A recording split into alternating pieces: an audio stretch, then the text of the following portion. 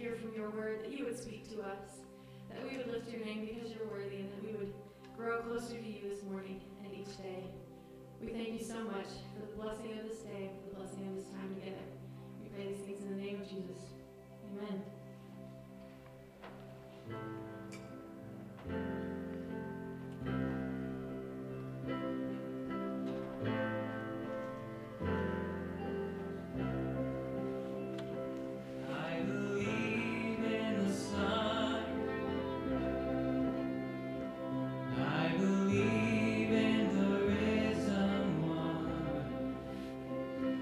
I believe I overcome.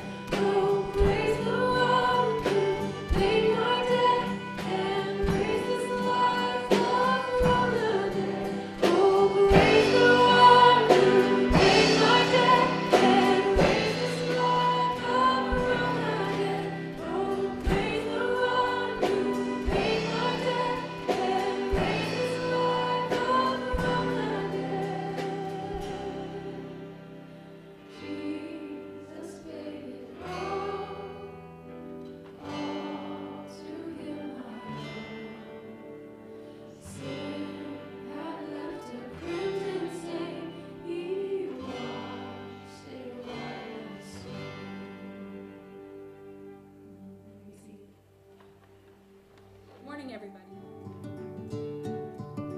Can you do that? Good morning, everybody, and welcome to Jefferson City Christian Church. We'd like to welcome everybody, especially our visitors. There are a couple ways that you can connect with us. The first one is the connection card found in your bulletin, or you can connect with us using the Bible app.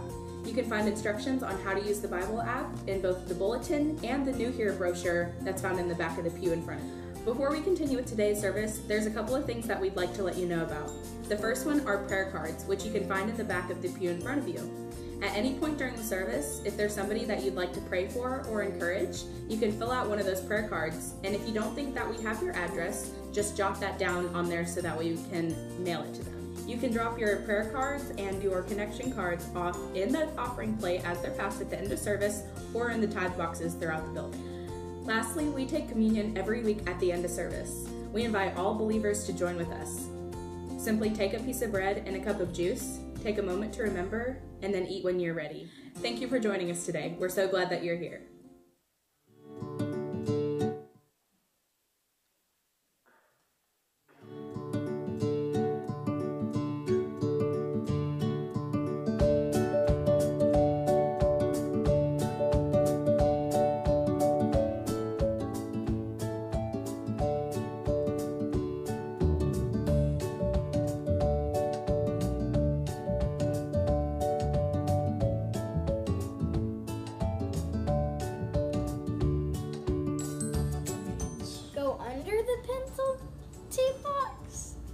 Under? Got any other guesses? Take a break under the pencil tape box? Yeah. Maybe the football bounced off a guy's head? Maybe the football hit the ground?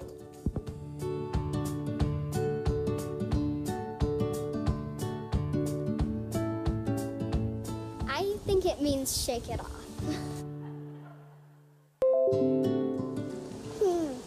I have no idea. I think it means a referee calling time and doing this. Okay. I literally have no idea.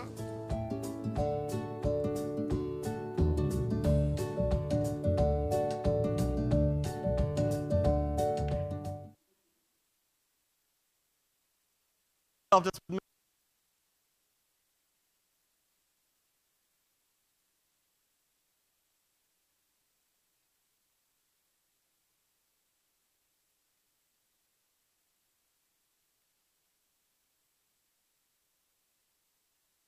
building.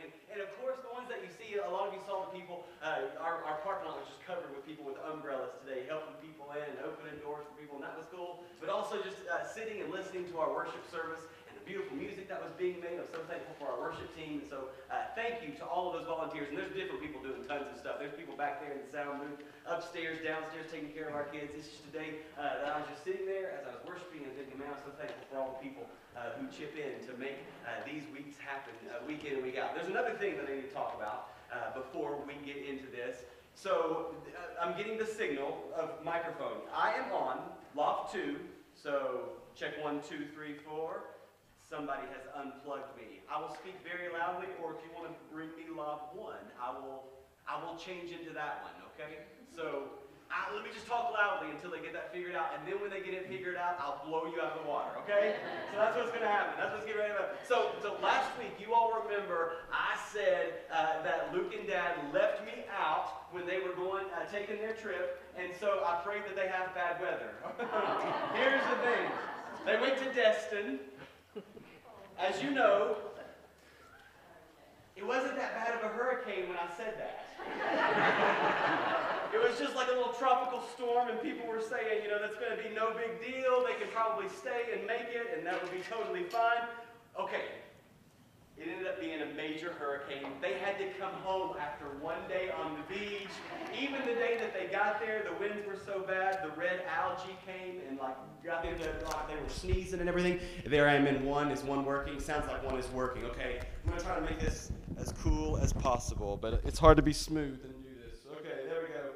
I'm not going to stuff it down my shirt because that would just be weird. Actually, here's what I'm going to do. I'm going to do it like this. Bear with me for just a second. So the hurricane ended up being terrible. They didn't get a day on the beach.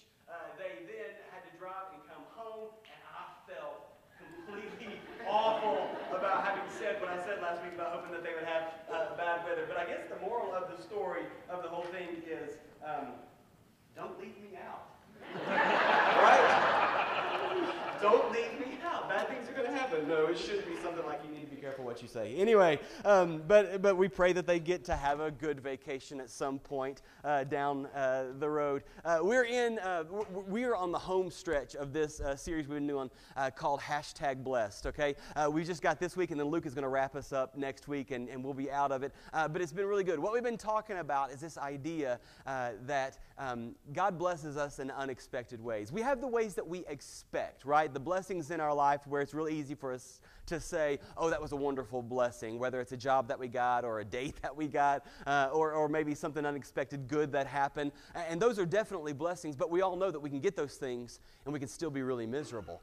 What we have been talking about over the last few weeks are what we think are probably the more important blessings that God gives us that are sometimes often unexpected, or maybe we'll miss them if our minds and our hearts aren't in tune with them. And so we did that little video to set up what we're going to be talking about today with the signs of the referees and those being difficult to interpret. After that video was made last night, I was watching one of the football games, and the referee was going to give the penalty for targeting. You know, when somebody leads with their helmet and they hit somebody, the referee was going to give that signal, and he forgot to give the signal until like too late into the call. And so he said, number 24 is guilty of targeting, and he's now kicked out. And then he realized that he had forgot to do the signals, and so he tried to work them in real quick. And so he was like, the number 24 is guilty of targeting, and so he's going to be kicked out. And he went like this real fast. And I was like, it just looks like somebody gave themselves a self-inflicted wound. So I thought of what we're doing. What we want to talk about is the idea that I think everybody in this room, at some point in your life, you've prayed for a sign from God. You've been into some sort of situation and you're like, God, I just need something. I need you to give me some type of clarity on what you are doing in my life. And so that's what we're going to talk about today, is trying to figure out how it is that God gives us clear direction. We all have at some point needed it in our lives, and it's good for us to talk about this because the way that He gives us clear direction most often might not be what we generally think of, or might not be what we expect. Let me give you a couple of things that it is not, okay? Let me give you a couple of things that it is not. First of all, when God gives us clear direction, these days it is usually not a disembodied voice just shouting out there at us, giving us direction, okay? That's generally not how God works today. In fact, those of us who are believers, we probably need to be real careful with that language. We like to use that language, God told me this, God told me that, and that can really end up confusing people. I know that if there's a voice and it is disembodied and nobody else heard it, then I'm sitting here thinking, maybe I just had too much caffeine. You know, maybe it's just kind of a repressed feeling that's coming out in there. I heard a story one time about a guy, and he loved to use that language. God told me this, God told me that. And he went to the church one day to see the preacher, but the preacher was on vacation. And so he showed up at the church, and he knocked on the door, and the youth minister came to the door, and he said, God told me to come speak with the preacher. And the youth minister kind of smirked at him and said, well, God got that one wrong. Preacher's in Florida, which was probably not the best way to handle that. But it just lends credence to the fact that we need to be careful with that language. We can confuse others. We can even confuse ourselves with that. Another thing that it usually is not, actually it never is these days, is it's not some super mystical experience. It's not some super mystical experience. Other religions have mystical experiences where if you do something for God, then maybe you're going to get direction. You're going to get an answer you've been looking for. If you leave some gifts out for that God, then that God will bless you with something. If maybe there's a particular person, if you go visit that person, then maybe you're going to get your prayers answered. Or maybe if you have certain prayers or certain chants, you can do those things, and then God will give you the answer. That is not Christianity. That's other religions. Christianity believes that we can receive word from God. We can receive clear direction from God without it being this super mystical experience. And so we're going to talk about that day. What are the ways that God can use things in our lives to direct us? And here's why this is so important. It's important for these reasons. First of all, we believe that God cares. We believe in a God who has opinions about our lives. We believe in a God. Something that separates us from other religions is we believe in a God that put flesh on and dwelt among us because he cares for us and experienced life the way we experience life. That is something unique about our faith. We believe in a God that cares. And secondly, we believe in a God that is knowable. Again, something that separates us from other faiths is this idea that God wanted to make himself known to us. Jesus said to his disciples before his final few days, he says, you know what, I call you friends because now you know my Father's or my Master's business. I've made it known to you. God, through Jesus, wants to be known. We believe in a God who cares. We believe in a God who is knowable. And then lastly, we know we need it, right?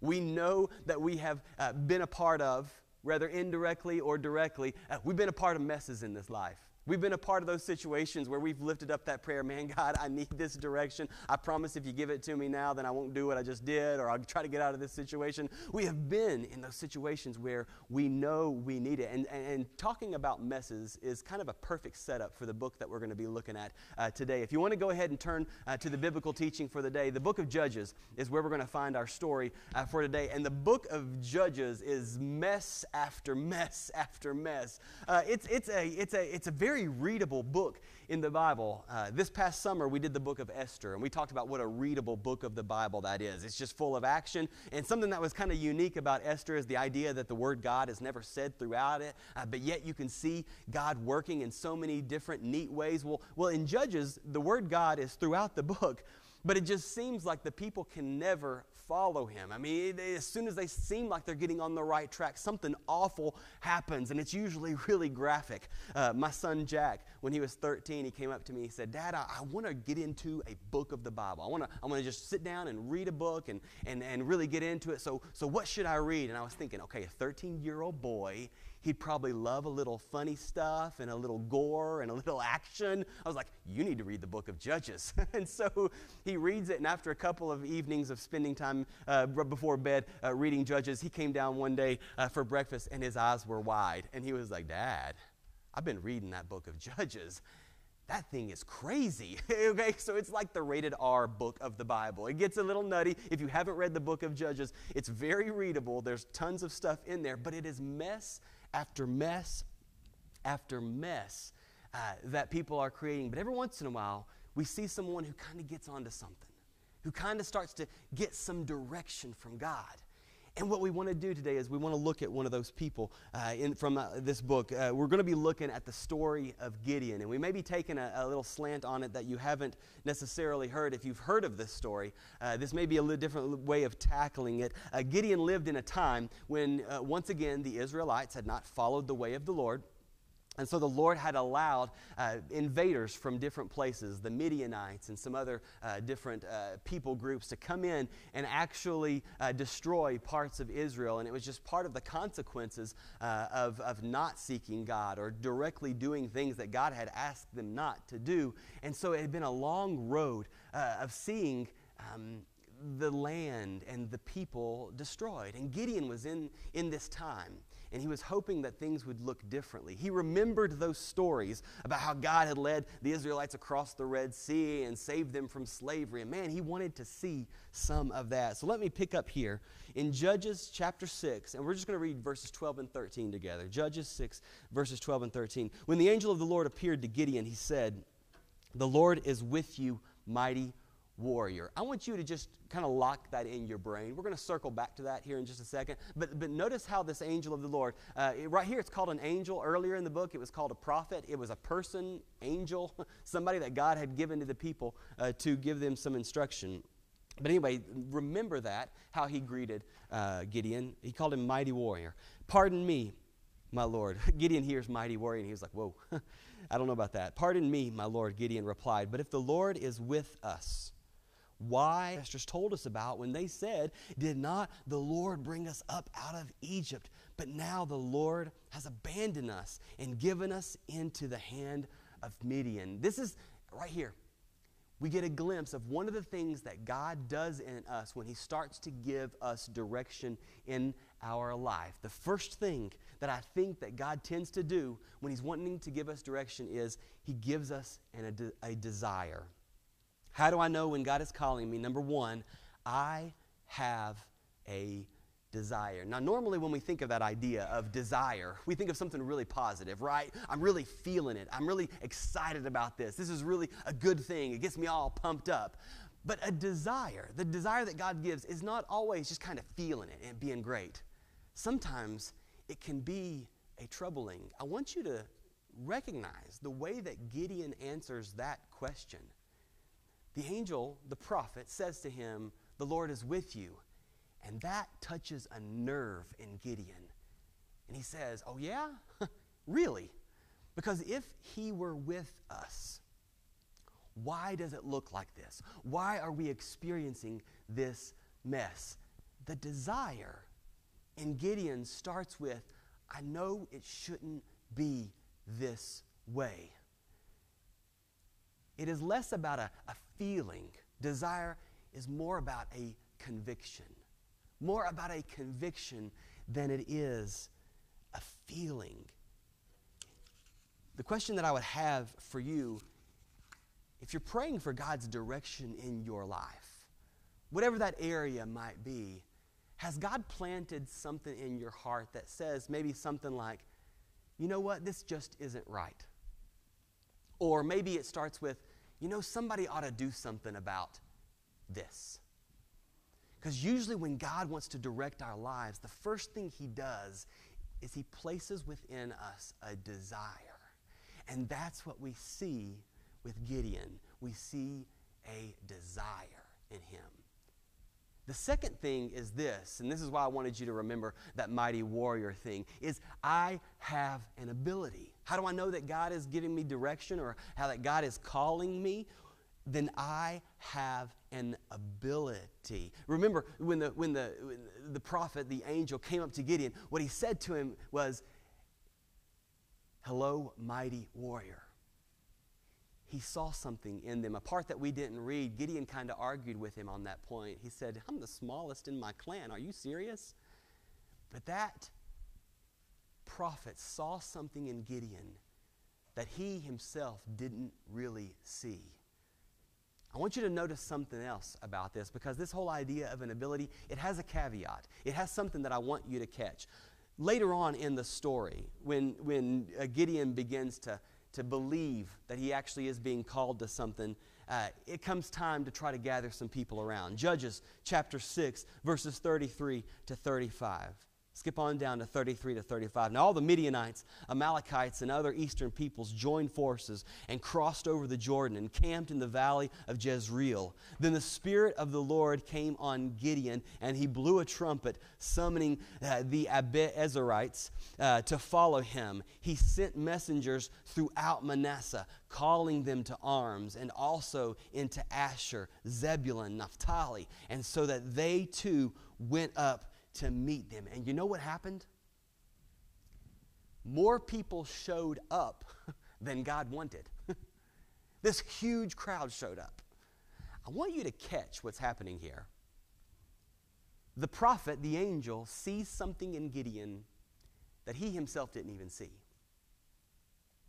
And then when Gideon calls for other people to join him, when somebody calls people to battle, people aren't going to come unless they believe in that person. You know, battles tend to get you killed.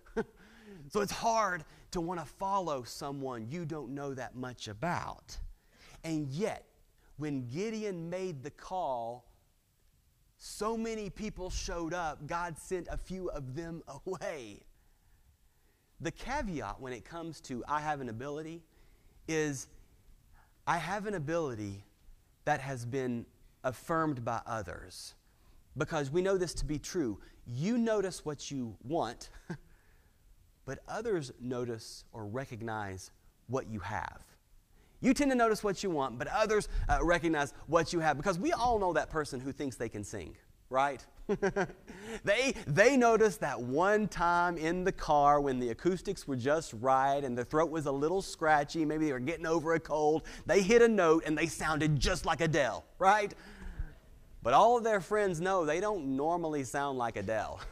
Right? This happens to guys in athletics too, right? As a guy, you notice that one time when you hit the golf ball and the wind got under it just right and it had been dry and the ground was hard and that thing hit and rolled and you made a drive over 300 yards.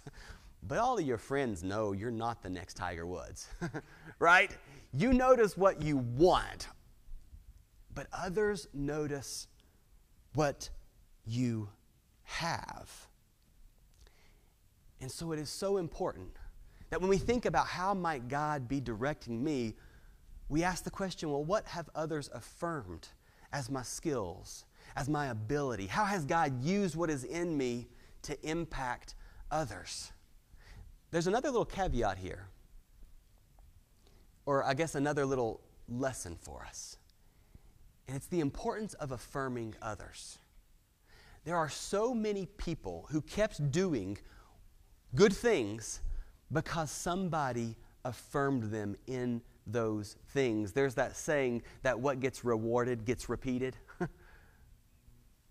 And on the flip side, there are so many people who gave up, who have not maybe followed through on something good, something maybe God was even wanting them to do in their lives, because no one ever affirmed them.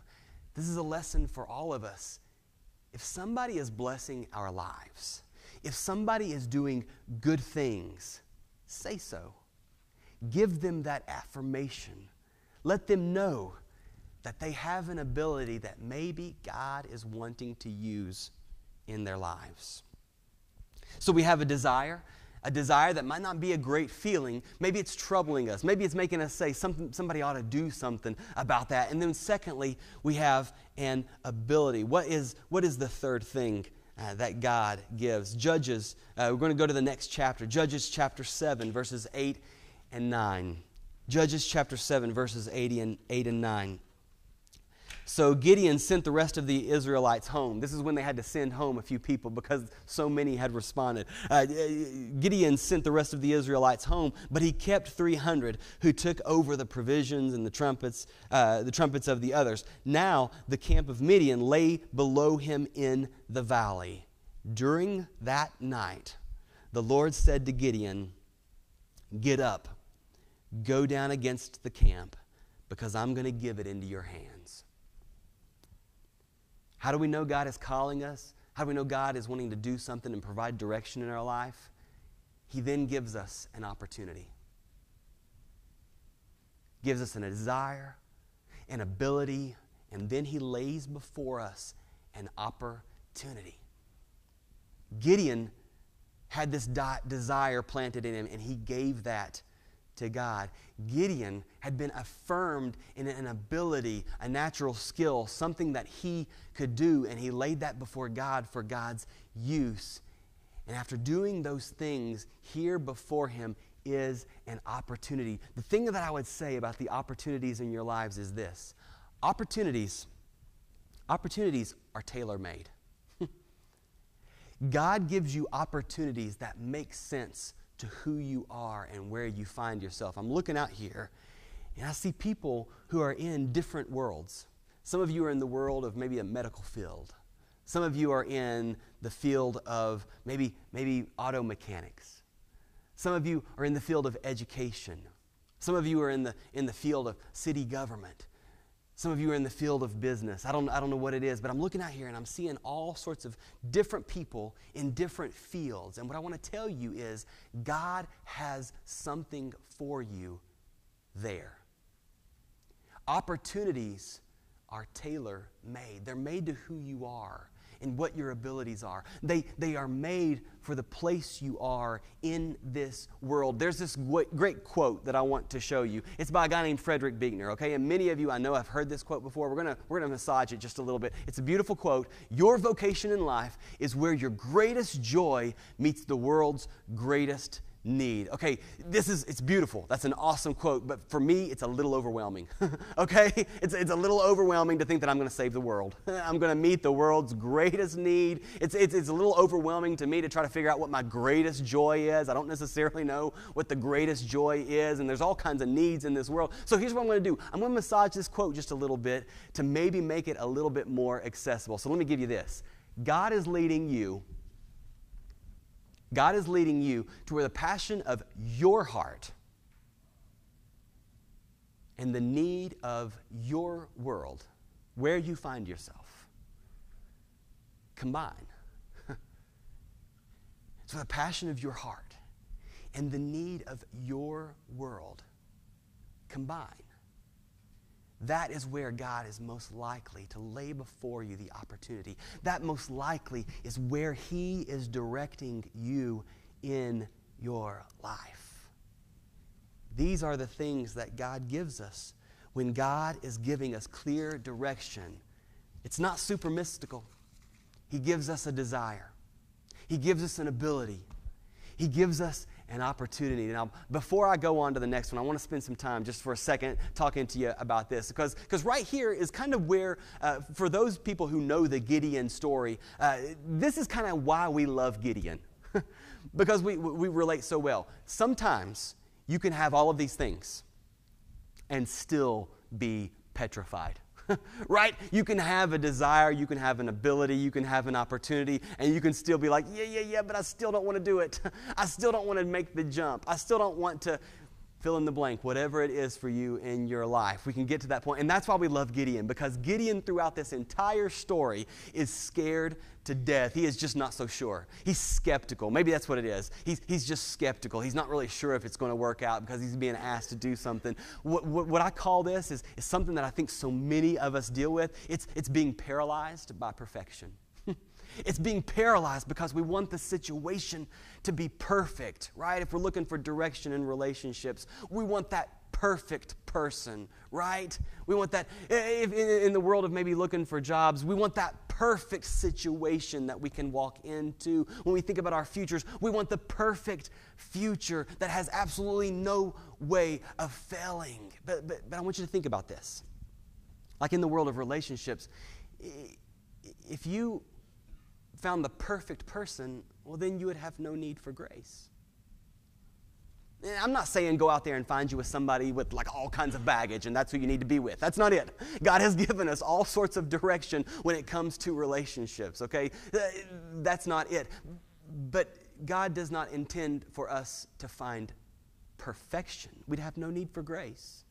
When it comes to that situation, maybe at work that we're looking for, that we're trying to find direction on, if you find the perfect situation, then you have no need for patience. If you think that your plan in life has to be perfect with absolutely no possibility of failure, no possibility of really, really difficult times, then you don't need faith. And if you don't need grace, and you don't need patience, and you don't need faith, you don't really need God. And we all need God.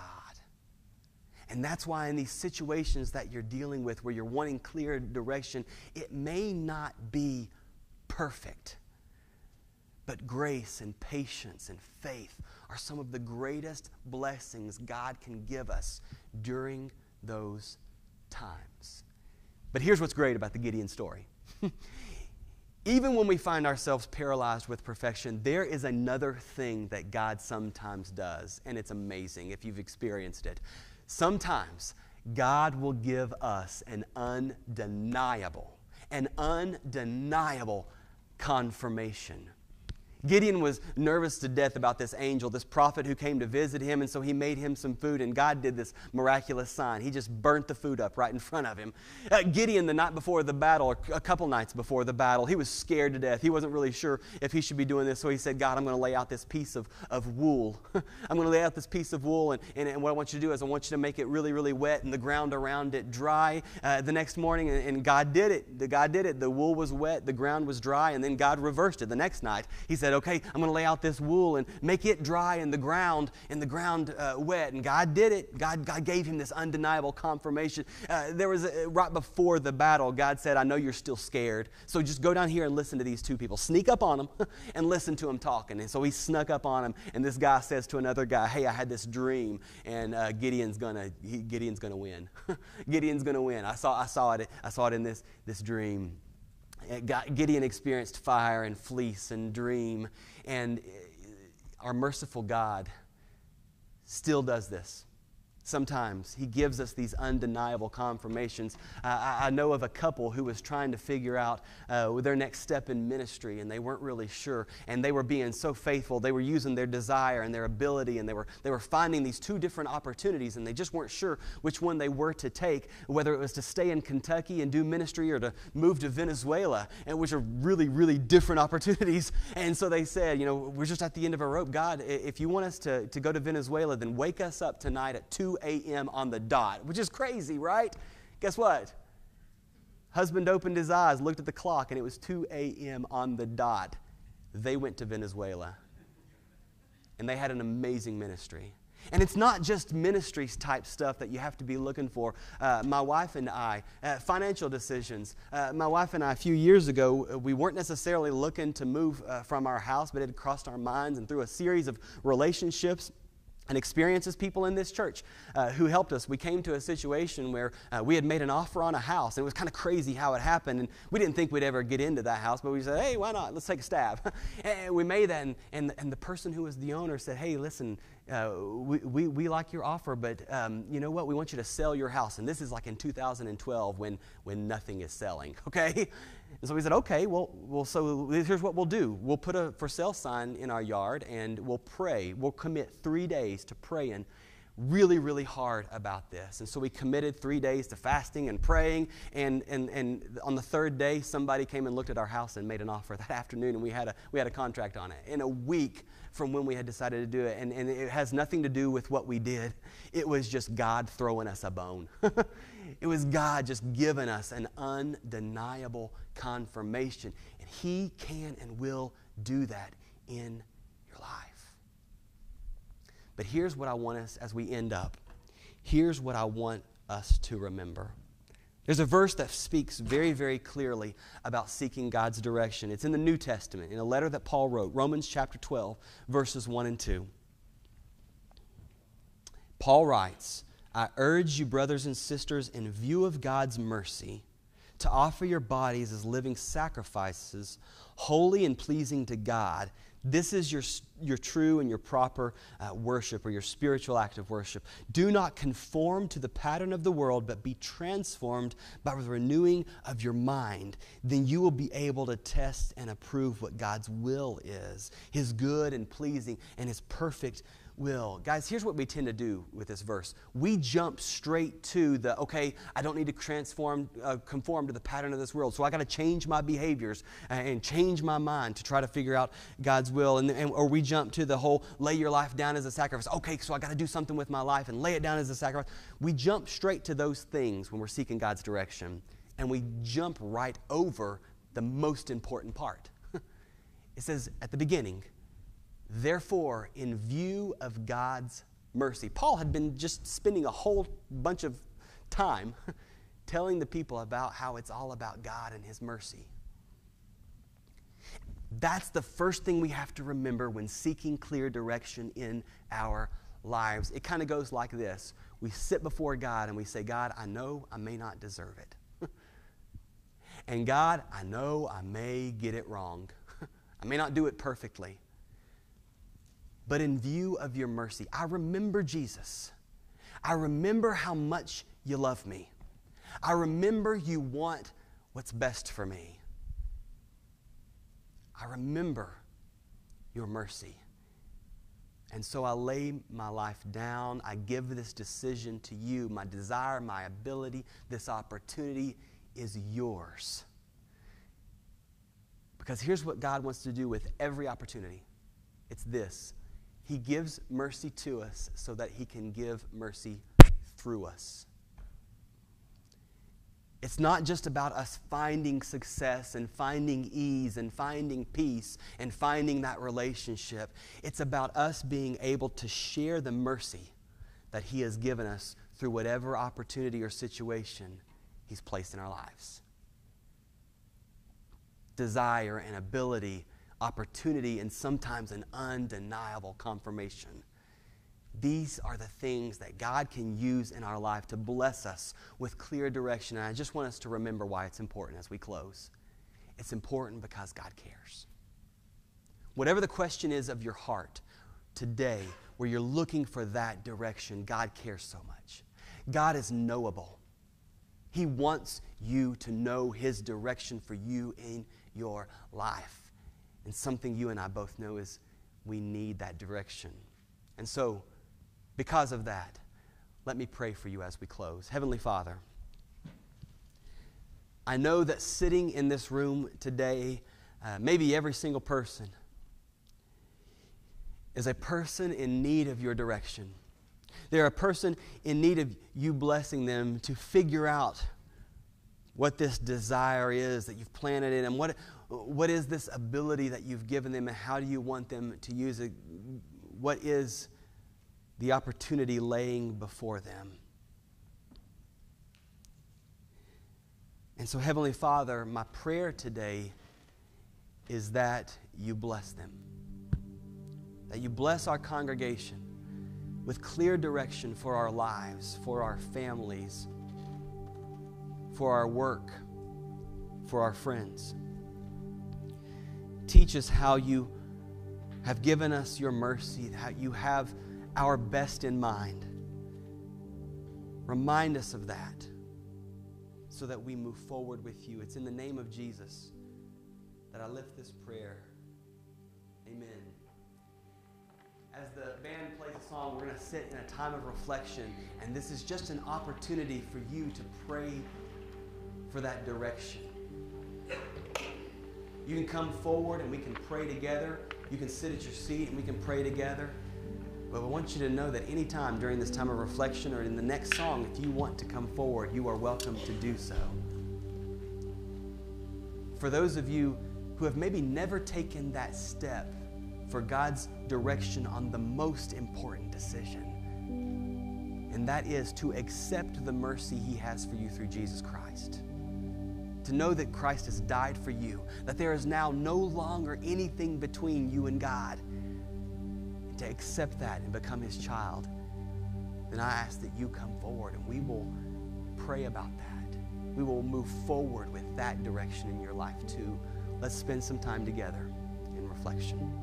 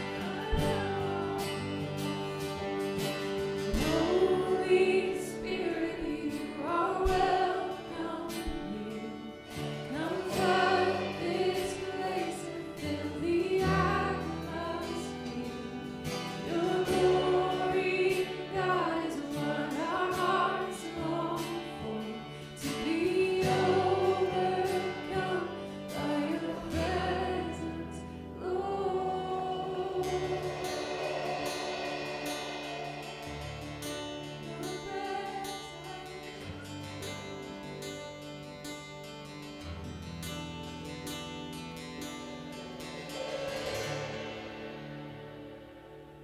may be seated.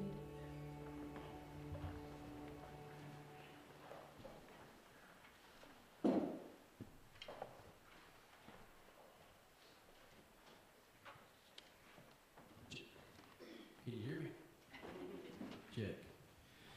Well, a little confession to make. It's never really a good idea to get in a hurry on the day that you got to give communion, because you may run off and leave your notes at home. So that would be me. So I'm kind of shooting from the hip today.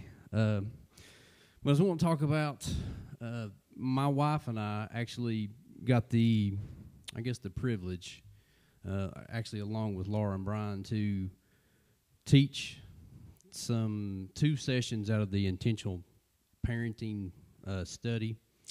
That's the one that Tim talked about that the church is going to do. And we actually got to do that with some ladies from the drug court, and as they're rehabilitating.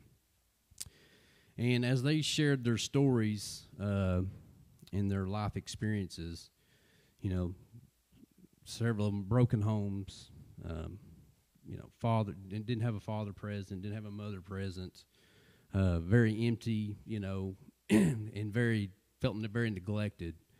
And you hear these stories, and you can see the pain, or you can kind of feel it coming through these stories as they talked.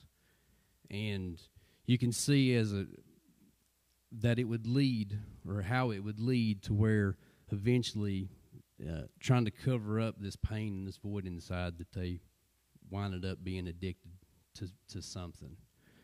And then that addiction actually, eventually took their freedom. And, basically they were behind bars. And I think there's a lot of similarity in that story with all of us. It may not be a physical prison that we find ourselves in, but usually it's an emotional or spiritual or even mental.